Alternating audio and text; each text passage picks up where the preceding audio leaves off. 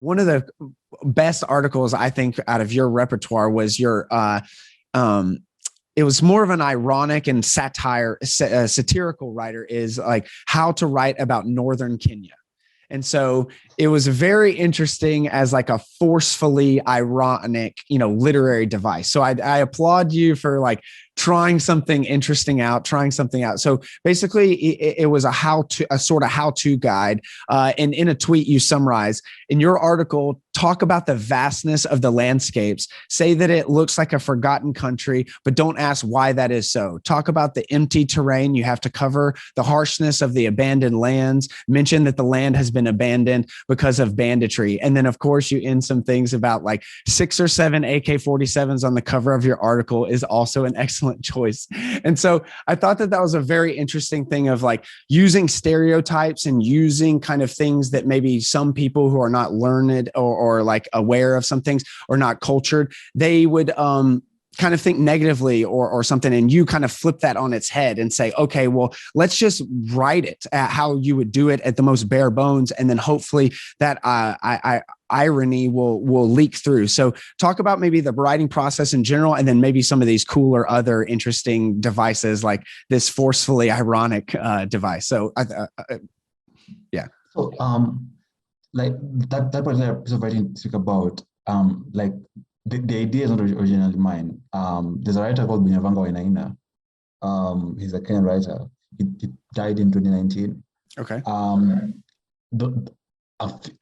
Maybe like, I can't remember how long ago, it was 15 years ago, something more than that. Granta did this issue on, I can't remember what it is here, but it was a lot of like writing about Africa. Yeah. And in response, Binyavanga wrote this, like, he wrote a letter to the editors, and the letter is how to write about Africa, right? Mm-hmm. And he's saying like all these things, like, yeah. So after it was like, it was a letter to the editors of Granta, but they published it. You're like, yes, it went through. It went through that. So like his is like, always use the word Africa or darkness or safari in your title. Titles may include the words Zanzibar, Maasai, Zulu, Zambezi, Congo, Nile, Big Sky, Shadow, Drum, Son of Bygone.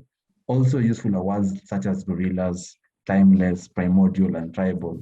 Note that people means Africans who are not black, while the people means black Africans, right? And after this essay, they spawn like an entire category of how to. It's like how to write about India, how to write about where, how to write about where. And it's really like dig into it. Like I was like, how to write about Haiti. Always say that it's the poorest country in the Americas. Say that it has no COVID vaccines or whatever, right? So that's what I was tapping into, like with that particular issue. But also like because like Binyavanga was sort of like one of the big Kenyan writers, one of the big African writers, but he himself had been criticized for his writing about people from northern Kenya.